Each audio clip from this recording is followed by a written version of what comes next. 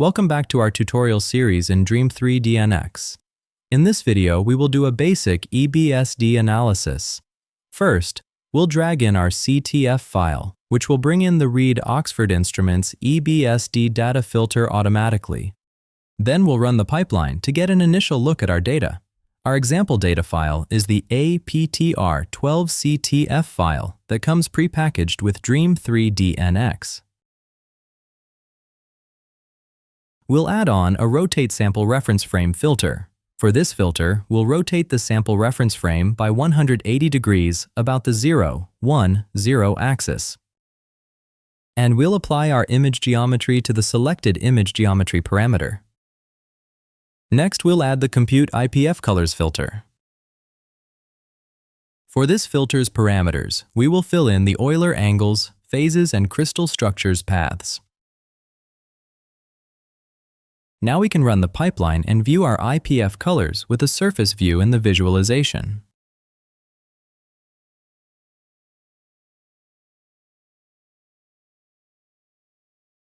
Let's save this to a PNG file. We'll need a Write ITK image filter. Select an output path and then fill in the image geometry path and the data array you want to save. We will apply the IPF colors array. Run the pipeline again to save the PNG file. Let's view the image.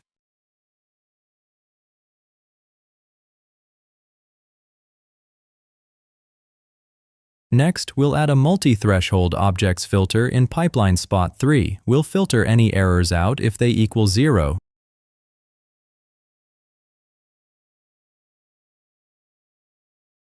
Then we'll need to adjust the Compute IPF Colors filter to use the multi-threshold objects mask array. Let's rerun this filter and evaluate the results visually in the visualization. The file created of the IPF colors will also update to reflect the new result.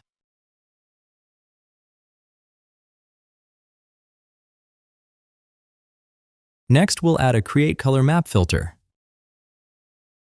Choose any color map from the preset list. We'll choose Rainbow Desaturated. We'll add our bands object as the data array, and we'll name our output RGB Array Band Slope. Running this pipeline will allow us to use the new color map under the name Bands Slope.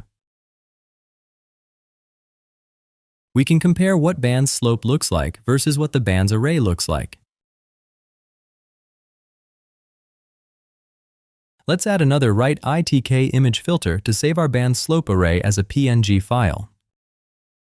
Fill in the output file name and path, then populate the image geometry path and fill in the data array you want to store, this being the band's slope array. Running this filter will save the file. Let's view this file briefly.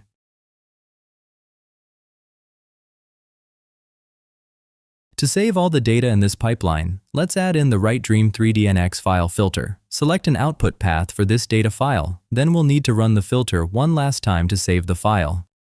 Optionally enable the Write XDMF file parameter if you plan on using this data in ParaView or other similar programs. Thank you for watching this tutorial in DREAM3D-NX. If you would like to learn more or try DREAM3D-NX, please visit our website at dream3d.io. Please leave a like for future DREAM3D-NX tutorials and subscribe for notifications on new videos.